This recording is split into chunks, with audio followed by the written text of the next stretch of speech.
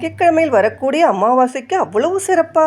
அமா என்றால் அமாவாசை, சோமம் என்றால் சோமவாரம் என்று அழைக்கப்படும்.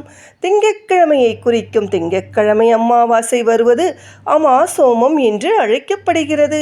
அமா சோமம் வழிபாடு செய்வதால் தீர்க்க சுமங்கலியாக வாழலாம். திங்கட்கிழமை என்று அமாவாசை வருவது மிகவும் சிறப்பு. இந்த நாளில் மறக்காமல் அருகிலுள்ள அரச மரத்தை வலம் வந்து வேண்டுங்கள், வேண்டிய வரம் கிடைக்கும். அரச மரம் ஆன்மீகத்தில் முக்கிய அங்கமாக வகிக்கிறது. அரச மரம் பிரம்மா, சிவன், விஷ்ணு, ருத்ரன் என்னும் மும்மூர்த்திகளின் சொரூபமாக சிறப்பித்து சொல்வார்கள். மரங்களின் அரசனான அரசுக்கு பிப்பளம் என்னும் பெயரும் உண்டு. அரச மரத்திற்கு சக்தி அதிகம். முப்பெரும் தெய்வங்களும் அரச மரத்தில் ஐக்கியமாகி உள்ளது என்பதை கருத்தில் கொண்டே முப்பெரும் தெய்வங்களும் இணைந்த வடிவமான விநாயகரை அரச மரத்தடியில் பிரதிஷ்டை செய்திருக்கிறார்கள். அதனால் நாளைக்கு அரச மரத்தை வலம் வந்து பலனை அடையவும்